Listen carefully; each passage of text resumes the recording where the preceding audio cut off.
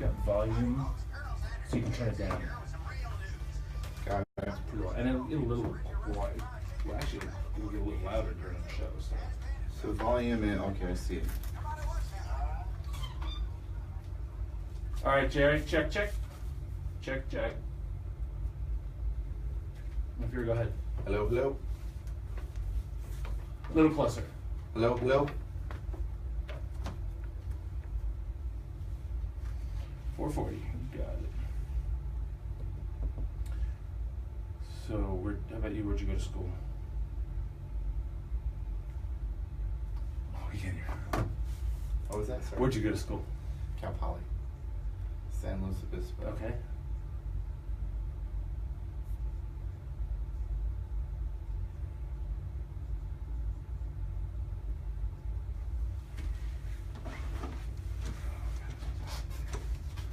Was your degree in engineering of some sort? Or? Actually, it wasn't. It was accounting and finance. Oh. Did you do accounting? I did Deloitte for a little while, and I decided, you know, I didn't want to go the CPA route, and then I was a finance analyst and then a finance director for many years. And what was happening was I was always tinkering with the business side of it. I couldn't keep my hands out of the business side. Finally, I just jumped lanes. You know, it's like I can't, you know, it's like these problems, I was analyzing them, running these models, and I'd be like, okay, I need to just go fix this. And so that was kind of like how I transitioned. So. Okay, we'll go through that on the show. What contact info do you want to give out? Phone number, email, website? Email's fine. Okay. Manvir at Manvir at Zennify.com. Website Zennify.com. Okay. And I guess we can do phone, but I don't know. If you don't want to, don't. No, it's fine. It's not. I don't know if it's common, but yeah, phone 408-839-8033. I don't know. You know, like every once in a while, I'll give out a phone, or you know, I have no idea if you'll get contacted. So I don't know. You never know. I mean, it's probably hard to jot down the info. Yeah, exactly. I think that's the trick.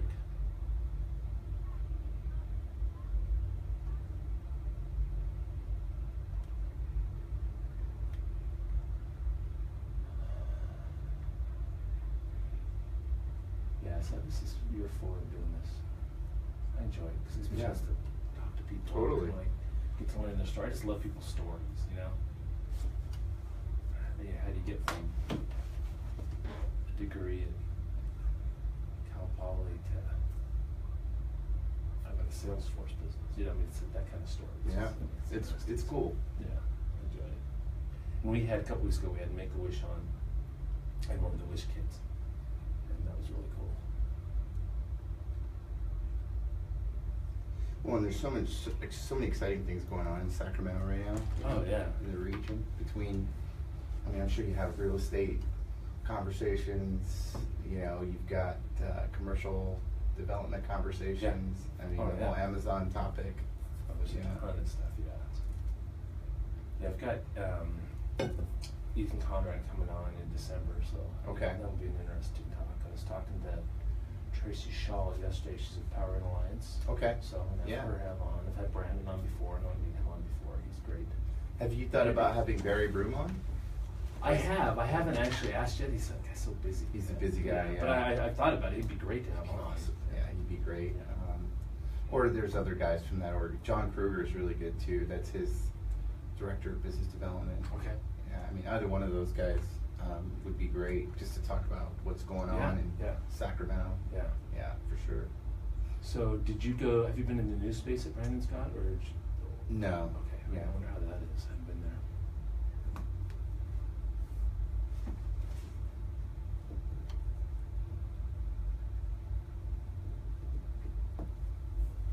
Yeah, those guys. It was interesting. I was at their office yesterday. Are we ready? No. Yeah.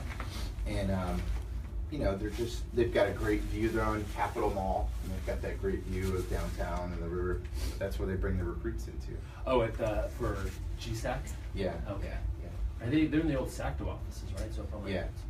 I used to be on the finance committee SACTO for years. Oh, okay. So we have meetings up there sometimes.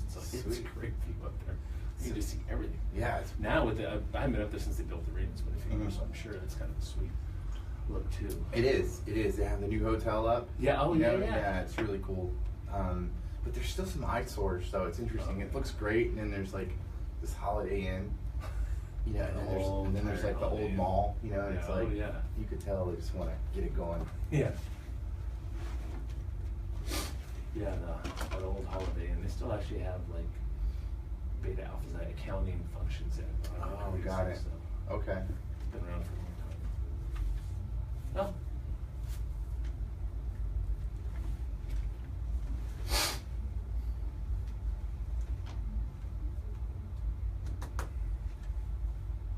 Good morning, everyone, and welcome to Beyond the Numbers on Money 105.5 FM, part of the Wall Street Business Network. I am Mark Bellows, a tax principal with Clifton Larson Allen here in the Sacramento office. I work with manufacturing and distributing companies, real estate and developers and investors, contractors are my main focus, businesses, their owners, planning, strategy, tax returns, etc.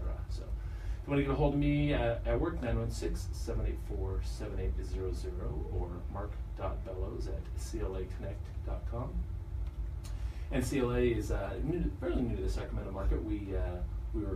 I was with Galena. Galena merged into CLA effective January 1 of this year. And CLA is the 8th largest firm in the U.S. with offices throughout the U.S. And so it's a lot of great capabilities we've added. And my co-host Katie, or my old co-host Katie, who also worked with at CLA, she's been with me the whole year, and she decided that she's going to do some other things, looking at some other opportunities to do with her extra time, if you will. So she is no longer co-hosting the show. So we had Shirley on last week. I'm going to have a couple other people on soon. And so kind of figuring out who's going to be the next co-host. It's always better two than one, I think. I hope everyone had a great Halloween. We have our youngest is the only one left at home, and she did not dress up, and so my wife handed out some candy. I had a meeting to go to, and it was Halloween, so everything was safe. And the tax bill was supposed to come out today, and now they're talking about possibly tomorrow. One of the things that they're looking at doing in the tax bill, the House is going to release it, one of the things they're looking at doing is to disallow deductions for property taxes and state income taxes. Well, when they said property taxes, the National Association of Home Builders came out and said they would do everything to try to defeat the bill because they have an interest in people being able to deduct their property taxes. It's one way people afford to buy their home, in addition to the mortgage interest deduction. And so the new version of the bill is supposed to come out tomorrow. I saw this morning now, it looks like they're going to have the deduction for real estate taxes back in there. So apparently the Congress is listening, and so we'll see what happens. We'll see where that goes, and the president has said he wants to get a bill passed by Christmas. And so my guess is it's not going to be retroactive to the beginning of the year, so if anything, it'll probably be effective for January of 18. So we'll keep you abreast on that.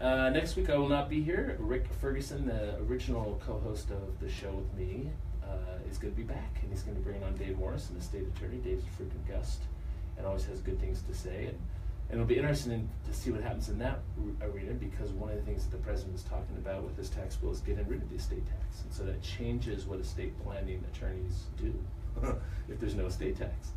So we'll see. That'll be an interesting conversation for Rick and Dave to discuss next week if they do. And I'll be back in a couple weeks.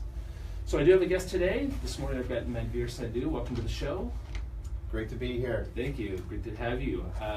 So tell us a little bit about yourself, so the audience knows who it is that we're talking about. Thanks, Mark. So again, my name is Manvir Sandhu, and I'm local here in the Sacramento-Roseville area, and I'm the founder of a consultancy, Zennify, which you can find at zennify.com, and we're a startup that's been in business for about 3 years, and we've really sort of doubled down here in the Sacramento region as of late.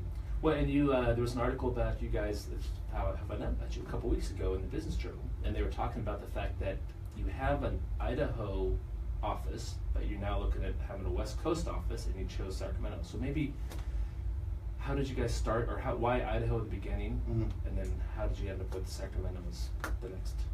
So the other co-founder, Nathan Mueller, he actually lives in Boise, okay. And the two of us started the firm together.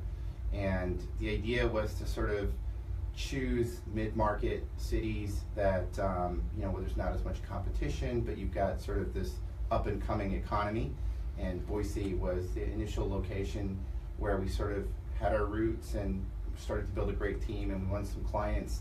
And the idea behind Sacramento really was to not just emulate that formula, but because we're so close to the Bay Area, quick flight to Southern California, is really make this sort of a hub for the entire West Coast, and sort of prove that hypothesis was really about can we win some local clients, and then more importantly, can we find the talent locally, in here in the Sacramento region, because we know there's talent in the Bay Area, but getting folks to move out here, I know it's happening slowly over time, but I was sort of convinced that between Sacramento State University, UC Davis, we were going to find some top talent, and we were proven right, because we were finding some really awesome candidates that are coming right out of college. We're growing them and develop them, and they're just taking ownership,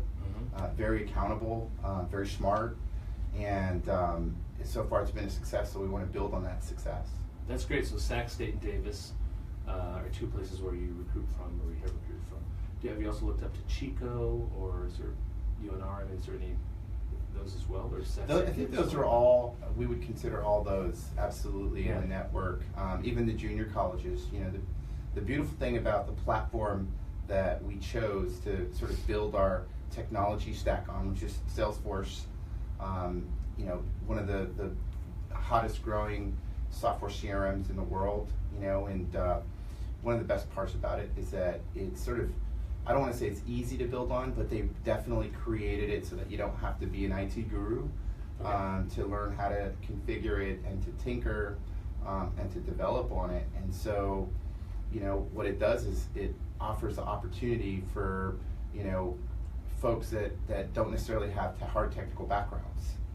You don't necessarily have to have an engineering or computer science background to pick it up. And so we've been finding really strong candidates that like to tinker and just get in there and build solutions. Great. So what size is your employment base here in Sacramento at this point? At this point, we are around 6 people, and we're looking to grow to about 15 to 20 by the end of next year. End of next year. That's great. Yeah, that's great. And you and I talked about a little bit before the show started about Barry Broom and GSAC, and so have you been working with them as well, or talking with them? Absolutely.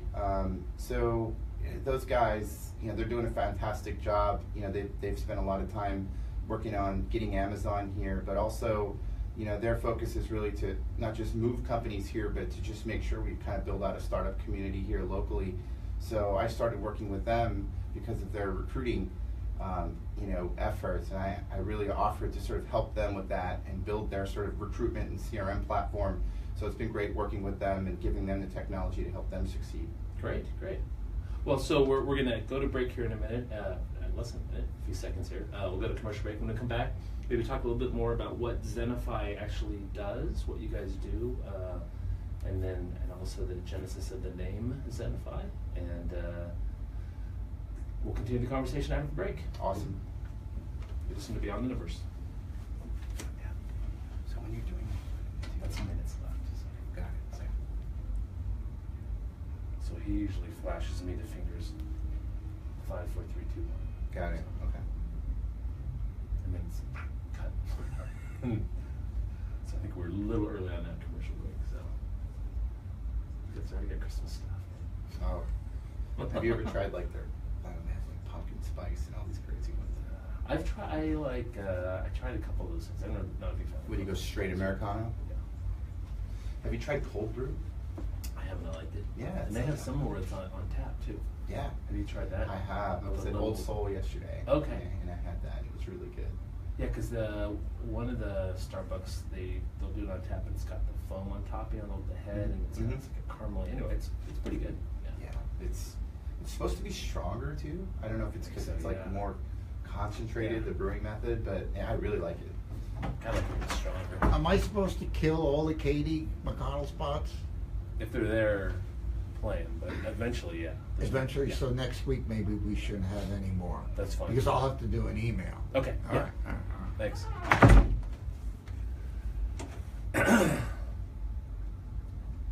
long is the total show? An hour. An hour. Yeah. And it'll replay tonight at 6 on the same station. Oh, sweet. Yeah. And then, like I said, I'm recording it, so we'll put that on YouTube.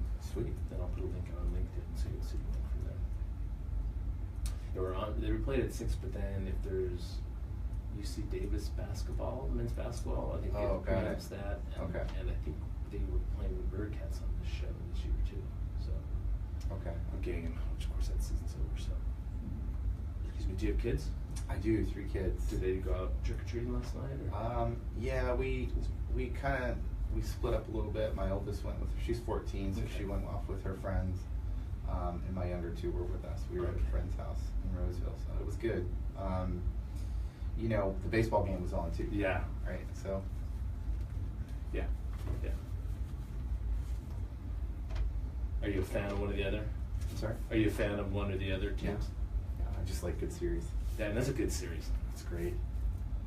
And I love Game 7s. It's my favorite. Yeah. And we're back. You listen to Beyond the Numbers on my own 55 FM, part of the Wall Street Business Network. Mark Bellows here. My guest today, Manvir Sandhu. Welcome, Manvir. We were just talking during the break about the World Series. Last night, Game 6, the Dodgers ended up beating Verlander and pulling it out. And so, Game 7 tonight, winner take all. Winner take all. And we were saying Game 7s are exciting. Oh, yeah. I think, if I remember right, I think it was a Game 7 where the Yankees and Arizona were playing, and I think Arizona ended up winning that game, and it was kind of this shock because the Yankees had been so good. Anyway, I just remember that one was pretty exciting. So we'll see what happens. I'm not a Dodger fan, so I wouldn't mind seeing the Astros win, but either way, it's good. A lot of people aren't Dodger fans around here. Yes, I know, right? Just so many Giants fans. I'm not a Giants fan either, but I'm a Potter fan from birth, unfortunately for me. But still. So Zennify, how did you guys come up with that name? Well, you know, because we're a IT consulting firm, you know, what we deal with often is chaos, and we deal with the uncertainty and the stress of our clients, and so we don't view it as stressful. You know, leveraging a platform like Salesforce, you know, there's so many things we can do to innovate, and so we really view ourselves as kind of bringing calm to the chaos of IT and really helping folks understand that, look, you don't have to go through this crazy 1-year, 2-year project that costs $1 gazillion to innovate and transform yourself. So that was the idea with Zennify is, you know, really we can collectively work together and we can take your business to the next level and help solve your business issues without it being some major undertaking. Okay. If you want to call into the show, 866-576-1055 if you've got questions from Manvir or myself. And so tell us exactly what it is that you guys do, what Zennify does, the services you provide. Great question. So at the end of the day, we are here to help companies, clients, healthcare, government really achieve their objectives, their business objectives, whether that's to drive sales and revenue growth, whether that's to build out a new business unit, whether it's to save costs, you know, leveraging technology to enable those business objectives. Oftentimes, organizations just don't have modern day tools and technology leveraging like the cloud to achieve the things they need to do. In fact, IT or tools are an inhibitor and they actually get in the way. Right. So, you know, leveraging Salesforce and the cloud, what we do is we really build them applications that help them achieve those business objectives. So when you build applications, are you talking with a mobile app, or are you talking about an application that they use on their desktop, or what? All the above. Okay. Yeah, absolutely. However they need to use that technology, it could be a watch, it could be a phone, it could be a PC. You know, with this machine and Internet of Things, it could be devices talking to devices. Ultimately, it's taking transactions and data and presenting them in a way where our clients can manage that information efficiently, and again, so that they can get insight into the business and really use that as a tool to kind of break through. So for those of our listeners who don't know what the acronym CRM stands for, why don't you explain that quickly? CRM is customer relationship management. At the end of the day, you know, it's all about our clients. It's all about knowing who they are and having all that data in one place so that we can understand them, we can, give them, sort of present them with the solutions they need at the right time, and that's what CRM really is about. And the hardest part for clients is that information is typically sitting in like 5 or 6 different places. It's not in one place, it's not organized, it's not easy to get to. And that can apply to a business. It can also apply to like a healthcare organization where a patient is a client or a customer. And if I've got patient data sitting in 4 or 5 different systems, it's very difficult to give that patient the experience they need to have in order to stay healthy. Right. So I'll give an example of my business because I think that it's a good example of where we can really use a good CRM. And CLA is working on it, but I mean, my experience with Galena, CLA, and the other people I've talked to in accounting firms typically don't have good CRM. So I'll give you my example. So I have Outlook. Okay. Right, and so I have my contacts in Outlook. Got it. So anybody that uses Outlook or has contacts in Outlook, they know that you can write notes in there, but it's not really robust. I don't even know how searchable the notes are. So anyway, it's there, right? I met you. I put your contact info in my Outlook, and now I've got your name in Outlook. Okay, so there's one place. Then I've got, for clients, we've got a couple different places where we keep their tax returns, where we keep their stuff, and so we may have, and we actually have a place where we keep all their information so we can use it to send them invoices and to bill and track where they live and that kind of stuff. So that's got their name, address, phone number, etc. So now I could have someone's name in 2 places, there and there. And then what I don't have though is, again, I don't really have any way of saying when's the last time I talked to them. What did we talk about? Is there a follow-up that's needed, right? So that's why we needed something like a Salesforce. So Galena started using Salesforce about 3 years ago, and CLA uses it some, not very well, or not very much either. So in Salesforce, you can put in, your name, and I've talked to you on August 5th, and then I'm going to follow up within 60 days, and then Salesforce will kick out a notification in 60 days. So now all of a sudden I've got your info in 3 places. And it's only as good as what I put in. If I talk to you on the phone and I don't put into Salesforce that I talked to you, it doesn't happen. So that, I've seen within my own firm a lot of limitations on ways to track things, and I know stuff doesn't get followed up on as efficiently as it could. I've got an Excel spreadsheet that I'm tracking on, let's say prospective clients. I've got a spreadsheet where I'm tracking prospective clients, and I have them in Outlook as well. So I've got 2 places to put it. If I put them in Salesforce, there's 3. So I think situations like ours are good examples that could use a company like yours. Absolutely. And some kind of application or platform we would develop.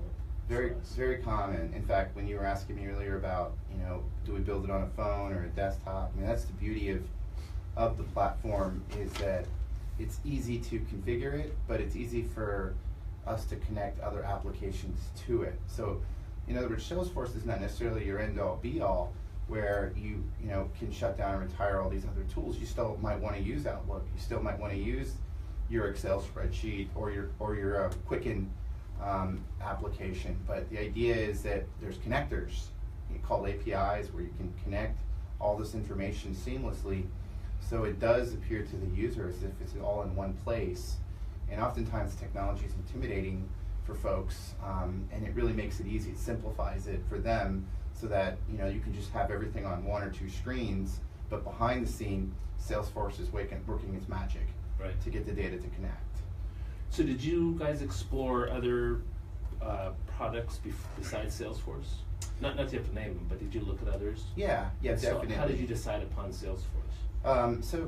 We implemented Salesforce ourselves at Hewlett-Packard, and that really was kind of our diving board to the platform, and really from there we decided that this was the best platform out there. We're always evaluating new technology. You always have to be on top of things and stay there from an innovation perspective. But from all the analysis we did, it really is like the leading edge, and especially because of the connectivity to all these other products. Okay, gotcha.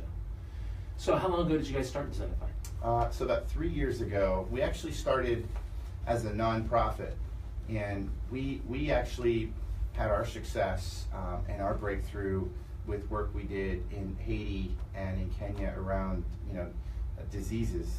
Really we leveraged Salesforce to help solve problems like vaccine tracking for tuberculosis, and we spent a bunch of time in Haiti about 3.5 years ago. At the time, there was the earthquake that happened, and Mark Benioff, the CEO for Salesforce, who's very philanthropic, donated free licenses for life in Haiti. So we leveraged that really to build a solution to help solve that problem there, and really that's what put us on the map. So were you down in Haiti?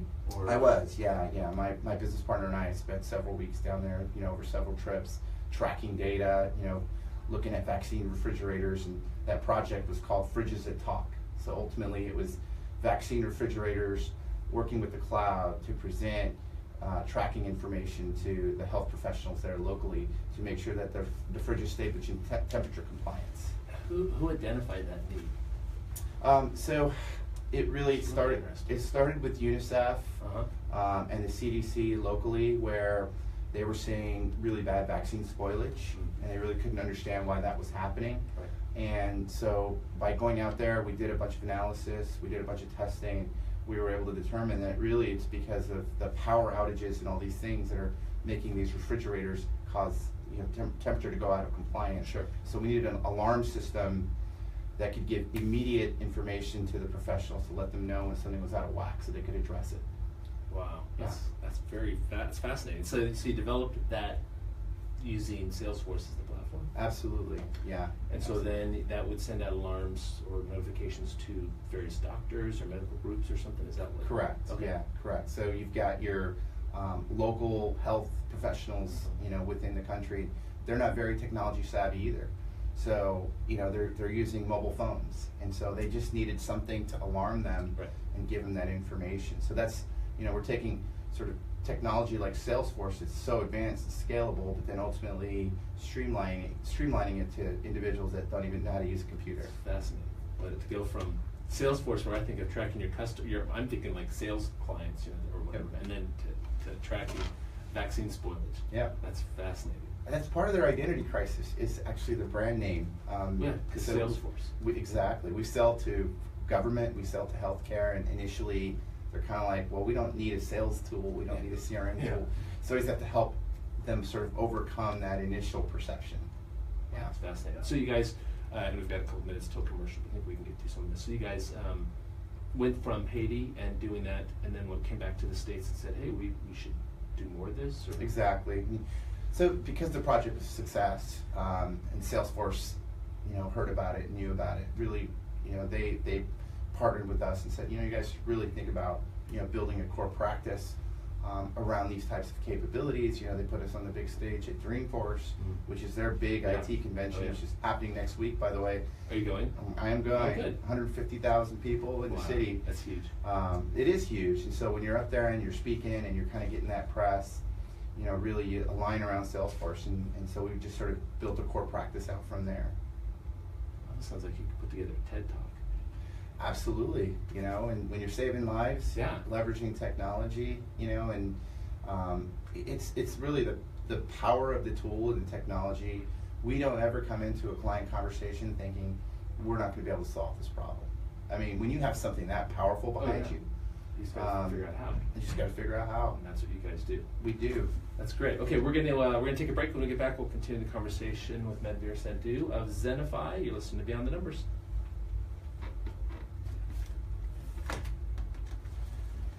That's good. Got to throw Haiti in there. Yeah, that's awesome. So Dreamforce, that's how many days is it? It's 5 days. 5 days. 5 days. So Yeah. did it start small and grow big, or? Yeah. It started as, I think it was like a 1 or 2 day convention, but now it's star-studded. You've got, every year it's, last year it was U2. This year it's Lenny Kravitz and Alicia Keys. You've got usually the Clintons. Usually somebody famous is speaking, not just about technology, but it's all about innovation and impact and how amazing things that people are doing. So what year did you guys speak at? Was it you that did it? I did. It was 3 years ago. What do you say we come back with Taxman since they're talking taxes? Huh? Sounds good to me. I was at Taxman 3 years ago. Yeah, 3 years ago. Actually, we're pretty much speaking every year. Usually, there's something that we have done or that we're doing that Salesforce thinks is compelling for us to talk about Right. with they're ultimately they're a sales machine, right? They're trying to sell. Yeah, You know, and sure. so when you have, there's no better way to sell than when you have a story of success, right? Like, in fact, we've had some amazing local successes here that I can talk about too. Let's do that. With Covered California, which is just around the corner, in California Conservation Corps. Okay. Yeah, so those are all awesome use cases of like government innovating and driving productivity, you know, leveraging modern technology to solve problems that before were taking millions of dollars. Oh, that's great. Let's definitely learn about that, especially with government, because you don't hear about that a lot. No, you That's don't. how I always think about government, state or federal, or even local. Well, but yeah, kind of being behind it like Totally. 5, 10, 20 years ago. Especially So- Covered California, you know, with the Healthcare Act and, you know, everything that's going on there around funding, potential funding cuts. So for them to drive innovation in the face of that, it's pretty cool and exciting. Yeah. Yeah. It's happening all over the country, you know, and people, the problem with the government is they just don't know what they can do. Mhm. And between you and me, the problem around here is people are holding on to their kingdoms. You know, like the old way of doing Yes. things, holding on to servers and data centers. I can When, imagine. you know, why would you focus on that when you've got, you know, a Salesforce or a Microsoft or an Oracle that can manage that part for you, Right. manage security, and really you can focus on the business layer versus the infrastructure layer. Why would we want our government in the business of building infrastructure? Do you know what I mean? It doesn't Yeah. make sense. Yeah. But it's because of some of that I you know, can just imagine. yeah, it happens a lot. And Yeah. so the obstacles they put in the way of these projects is pretty amazing. You Yeah. know, they'll throw out like random, anytime there's an attack of data somewhere, we'll see, look, and it's like, guys, the federal government, okay, is using the cloud, the federal Yeah. government. Yeah. You know what I mean? And you guys are pointing out that Macy's got attacked. Okay, I mean, like, you know what I'm saying? I think we're okay Yeah. from a security. Those security exposures happen everywhere. It's not, you're not unique to that. So, yeah, that's, and the other part of the problem here is you have like legacy technology that people know around here. So part of my talent problem was, how do I find people who understand modern technology? Yeah. And my solution's been to universities, because they're coming out Yeah. and they haven't experienced, you know, Okay.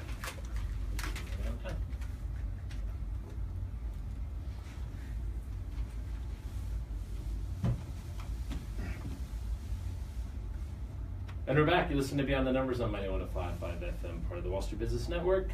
Jerry let us back in with Taxman, always a good song to listen to, and a good pertinent song since the tax bill should be coming out tomorrow. You're listening to, again, Beyond the Numbers, 866-576-1055. If you have a question for Manvir, we're talking about Zennify, and Dreamforce is coming up next week, and you guys are going to be a part of that? Absolutely. You know, as I mentioned earlier, there's going to be 150,000 people there, and this year you've got Lenny Kravitz and Alicia Keys headlining the concert, so there's always a lot of great positive energy. You know, it's like a combination, it's like entertainment meets IT. If there's ever such a thing as a cool geek fest, That would be it. Dreamforce is about as cool as it gets. And how many days is that? It's 5 days. It'll start this coming Monday and go through Friday. Is it all at the convention center in San Francisco or Moscone or where? Actually, they Or all around? take over the city. 150,000 people. I have mean, to be all around. it's every hotel. It's, you know, every major building. In fact, getting a hotel is really, really difficult. So they bring in cruise ships, Oh, okay. and people are staying on cruise ships, you know, for the week. So it's really cool. Are you going to be on a cruise ship or a hotel or Airbnb? Or? Airbnb. Oh, did you? Yeah, Okay. we're startup on a tight budget. So I've got, you know, 4 or 5 of us squeezed into an Airbnb. So that's probably not cheap either. No, it's not. It never is, and I'm sure the price is probably higher this week than. Oh yeah, they take advantage of it. Of You know, course. average hotel I think is going for 400 plus a Wow. night. So, Yeah. and they're all booked. Yeah, of course. Yeah. Of course. So we'll get into a couple more things here. You started out your career, or you started your life, if you would, your business life, with a degree in accounting. Correct. From Cal Poly. Yep. Right. And Yep. so you went into accounting initially. Yep. With Deloitte. Yep. And then what happened? Well, you know, I like accounting a lot. I was good at it, but at the end of the day, the CPA track really wasn't, my cup of tea. So I sort of went into more of the finance operations side of it, and was an analyst for many years, and then I became a director of finance. And I think the challenge or opportunity for me was that while I loved running spreadsheets and doing all the modeling, I also started to get into solving the problems, and you start crossing over, and I kind of would get that stay in your lane sort of feeling from folks. So at some point, I kind of jumped out and took on more traditional business roles, including running a big quota, a $200 million quota at one time, and that really was our base, our foray into starting our own company. Right. And then the entrepreneur in you said, I want to start a company.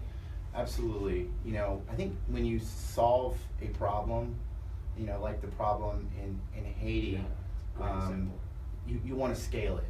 It's like, that's great that we did this sort of one thing, that's a great quick win, but how do I scale that? How do I expand that? How do I take that innovation and apply it to different use cases? And how do I build a company and a firm with like-minded people that also have that drive to innovate and want to be part of something where you're solving problems and you're getting to leverage the latest technologies to do that? And that's really a big the culture of our firm is around solving problems, making things easier for our clients. So how many people do you have in Boise? We've got roughly 30 people in Boise. 30 Boise, and there's 6 here so far? 6 here, and we have some people international as well. But part of our brand name change to Zennify was we really focus on the United States more. We had actually operations in India and Australia, and those are fantastic regions, but at the end of the day, there's a big opportunity here, and so we leverage the opportunity to rebrand and sort of focus on the core cities like Sacramento and Boise. So who's your first big client? One I like to talk about is Covered California. Okay. Here locally in Sacramento.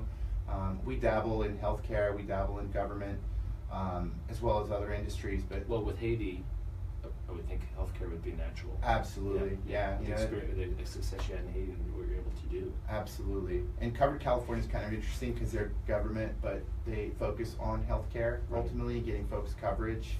And with all the pressure and budget cuts that are potentially on the horizon, that organization has been fantastic to work with because they really looked at that as technology as an opportunity. How do we, save money? How do we build a productive, citizen-facing digital platform to help expand healthcare coverage rather than having feet on the street and more expensive ways to do that? Right. So they really wanted to leverage Salesforce to build that footprint, and we just went live with that. In fact, they just won an IT award for that work. Oh, is that right? That was done, yeah. So it's a great example of government leveraging technology here in the state of California to drive cost savings, but also to achieve their objectives. So what did you guys, if you can talk about as much as you can talk about, what did you develop for them? A way to track who's getting covered and how they're getting, is that kind of building their whole... In a sense. So that what Covered California has is they have sort of advocates or counselors that are up and down the state that are helping individuals that didn't have coverage find ways to get coverage. Right. So there's a lot of connecting of a network. Okay. Well, Salesforce is great at connecting those data points and connecting those networks and helping folks establish those relationships. Things like applying, so if you could imagine a manual application where you're literally filling out paperwork, you're mailing it, and then documents need to get signed. Right. And so the beauty of Salesforce is you can take like a DocuSign, for example, and integrate that into the platform so everything can be digital. There is no manual exchange of data or paperwork. And Covered California has embraced that, which I think is fantastic. Absolutely. Because you and I were talking earlier, a lot of times what I've seen with government, sometimes they're a little slow to embrace things like that. So I can see government, everything's still being paper and all that stuff. So DocuSign, wow. Yep. They've embraced it. They've blazed the trail, and and now they're telling the story. We're helping them tell their story because other government agencies should know about this. Yeah. They should know about how easy it was. 6 to 9 months we were able to pull this off. It didn't cost $1 million and take 3 years. And that's the best part. Yeah, that's great. So that's a good client success story. How about another good client story? Another one that's really interesting that we like to talk about is another government client we have, the California Conservation Corps. You know, it's an organization that helps young folks really learn how to sort of job tools and get out into the backcountry and learn how to manage projects. And we built out their sort of employee time tracking and employee management system to help them sort of track those projects and manage those funds. You know, with all these fires that were going on recently, it's been a huge benefit to them as well. Oh, good. So how long have you worked with them? We worked with them for about a year, and really, we sort of took old information systems they had, you know, and in their case, they actually had I think a developer that was retiring, so they didn't even have a way to support the old system that they were working on, and so we were able to transform that and take them to the cloud, and now they have modern day technology to manage those individuals to scale their operations. So you've got some government clients. You've got healthcare. Absolutely. So what type of stuff have you been able to do with healthcare? Healthcare has been really interesting because healthcare is facing similar issues, you know, to the government with the, you know, Healthcare Act, you know, and what can happen there. But ultimately, they're trying to drive innovation. They're trying to drive cost savings and manage the patient experience. So oftentimes, what we're doing is we're helping their back office. For example, you call in and you've got a billing question, you know, rather than taking a phone call and getting put in a queue. A lot of these things can be provided via self-service, where you can log on to a portal and get the information you need. Yeah. And you don't necessarily want to call in. You don't necessarily want to come in for a visit. So the better that technology is in terms of managing that data and that experience, where we can do what we call an unassisted experience, it kind of saves everybody a bunch of time and cost. Right. So Sutter Health is one of our local clients that we work with on those types of solutions. Okay. So government, healthcare, what other types of businesses do you guys work with? The other one that's big for us right now is financial services. Okay. So if you think about financial services, wealth management, loan origination, banking, again, it's a set of tools that have been out in the industry, homegrown. How do I get my arms around, you know, my customer? Because I might have a customer that's a member of the bank, but also has a loan and also maybe needs a wealth portfolio to be managed. So because all of this data is in different places, it's difficult for those institutions to work efficiently to sort of take advantage and give that customer an amazing experience. So leveraging Salesforce Financial Services Cloud and some of the great Salesforce tools, we're working with financial institutions to, you know, get all that data managed into one place so that they can, you know, transform the way they do business. Right. That's great. It's good. Good. Gosh,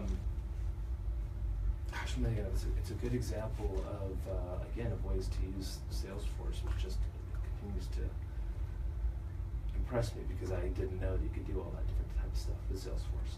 So yeah, I think that's half the battle is the education. Yeah, of course. Yeah.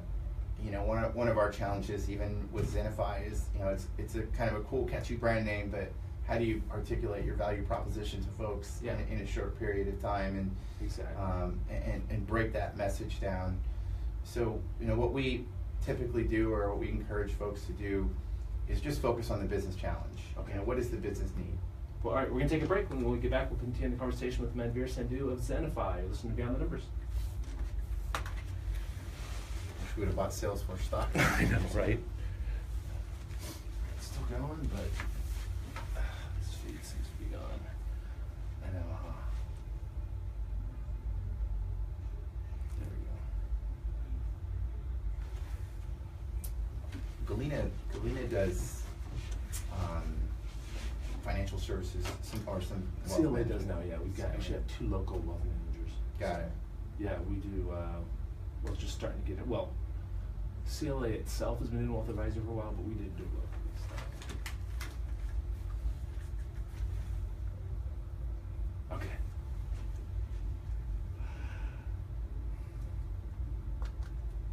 Okay.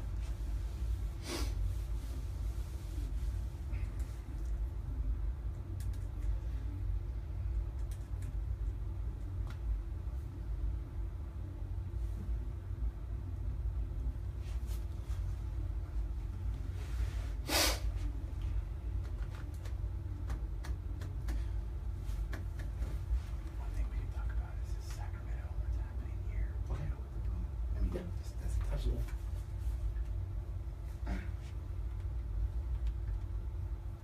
And we're back. Thanks, Jerry. A little ragtime kind of lead in there, I guess. Okay, so it's Beyond the Numbers, Money 105.5 FM, part of the Wall Street Business Network. I'm Mark Bell as your host. We've been talking today with Manvir Sandhu of Zennify. And so talked about different ways that your company has been able to leverage the Salesforce platform and deliver solutions to various types of clients, government, healthcare, financial services, that type of stuff. And so, and you guys started out with a good success in Haiti, which I think is fascinating. So you have a good story, and I can see why you've been able to tell that before. And I think one of the things that I liked that intrigued me is that the Sacramento angle and the fact that you guys you wanted to open up the Sacramento office because it does have such easy access to the rest of the West Coast, and it doesn't have San Francisco prices and that type of stuff. So. And you've been working, as we mentioned earlier, with Greater Sacramento and Barry and his team. And so, what are some of the stuff you're seeing in Sacramento?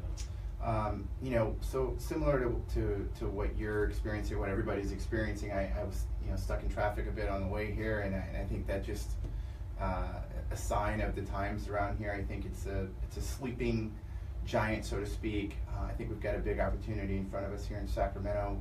We've got the universities, we've got the airport. We do have, to your point, overall lower cost profile. So I'm able to find, talent here locally, but I'm able to scale that talent to cover, San Francisco, to cover LA. And one of my favorite parts about working here, and ultimately I think what that tipped the scale, is, I don't have a network here. I'm not from this area, I'm from the Bay Area. So as I work with local business leaders in the area, be it in Roseville or be it in Sacramento and the surrounding region, it's amazing how willing to help folks are. And that community aspect is the intangible that I think really, for me, sold it and tilted it. I have folks that are willing to connect me to other folks. I see businesses working together to sort of overall lift the capabilities of the region, promote the capabilities of the region. I was at an Amazon event the other day, and I think there was over 100 people in the crowd, really getting behind Sacramento. So I think between the arena and the development that's going on downtown and the work that Barry Broom and GSAC are doing, and then also the local communities of businesses to really promote and sort of rebrand the region as not, I know we've talked about government a lot, but it's not just a government town. Yes. It's not just a cow town. It's not just a place you pass through to get to Tahoe.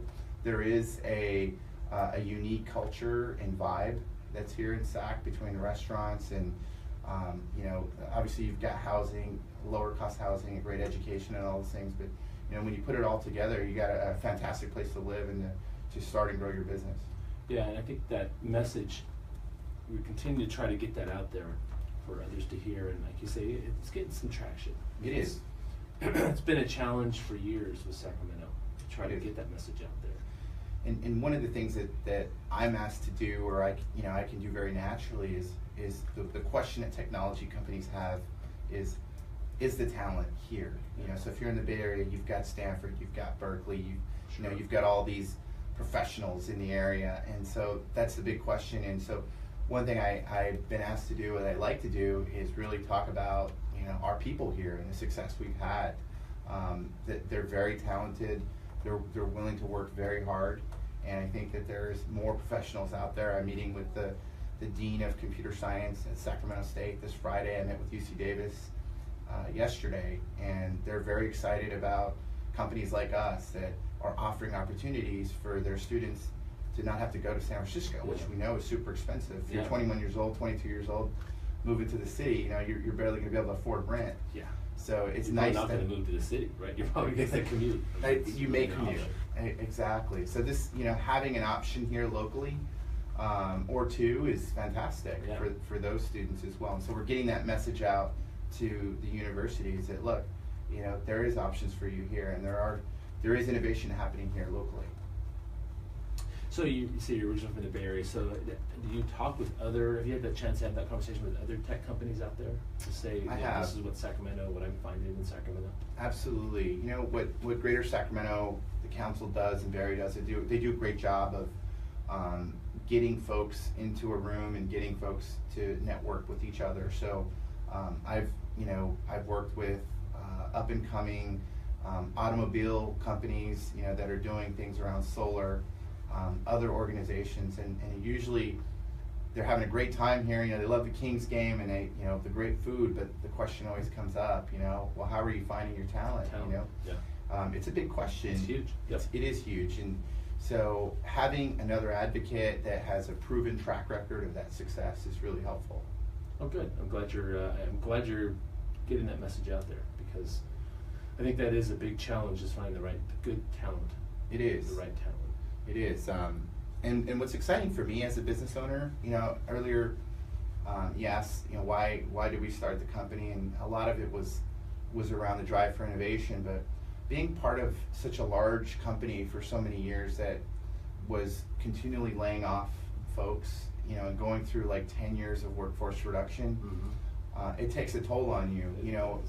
One of my goals as a personal goal was, I want to be able to give folks opportunities, to get the job they like and to innovate and have that fulfillment. So it was tough on me personally, so many years going through that environment. And I realized at some point that, unless I join, a Google or, some Facebook company that is hiring, and if that company wasn't around here locally, why not start it ourselves, right? Yeah. Why not take the ball in our own hands and take the keys to be able to grow a business and give folks those opportunities. So I'm really looking forward to just expanding and growing and giving folks an opportunity to do what they like to do and build teams. It's probably the most exciting part for me personally.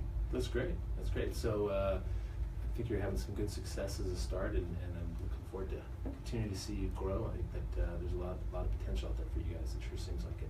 Absolutely. What one of the questions that we always like to ask, is maybe give us an example of a failure or a setback or a challenge that you faced and how you got through it and what you learned from it. There's been a few. Of course. I think one of the hardest things is, as a consultant that is in innovation or that drives innovation, when you work with clients, you have to understand that there's a technology component, but there's a human component. Right. And personalities and different insecurities can come into play. So when we were in our first year, we definitely had a few of those client engagements where the technology part of it wasn't the challenge. We were building what the client wanted, but for whatever reason, we didn't understand how to manage the politics. And so we had to go through our own interpersonal growth to understand how you work with clients to succeed. So we had a couple projects. They didn't fail, but they were close, where the plug was going to get pulled. And those are times when, we didn't make payroll for ourselves from time to time. So you go from this healthy 6-figure salary, working for a large company to, going a few months without income. We never missed the payroll for our employees, but as owners, we definitely missed a couple. And so those were definitely challenging times for us personally and individually. But what we learned through that is that, really setting clear expectations with our clients and having to push back when it's time to push back, right, for their own good and for the own good of the project. So we definitely learn how to manage some of those interpersonal relationships. Yeah, and as a consultant, that is so important to have the clear expectations up front and to be able to push back when you can, because as in my own business, I've had to face that at times too, and sometimes I don't do well at it. It's not easy. No, it's not easy. It's not easy. It's not easy. And the clear expectations sometimes, I think, I was clear, but the client doesn't always, they've heard something or thought something different. So.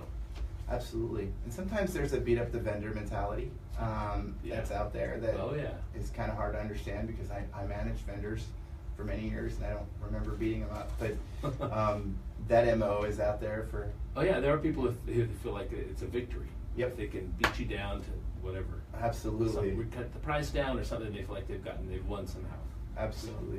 So, Well, we're talking with Manvir Sandhu with Zennify. You can get a hold of him at Manvir, M-A-N-V-I-R, at Zennify, Z-E-N-N-I-F-Y.com. So Manvir at Zennify.com. You can also go to the website, Zennify.com. If you want to have more or learn more information about them, or you want to get a hold of Manvir, that's the way to do it. It's been great having you on the show. I appreciate you being on here today.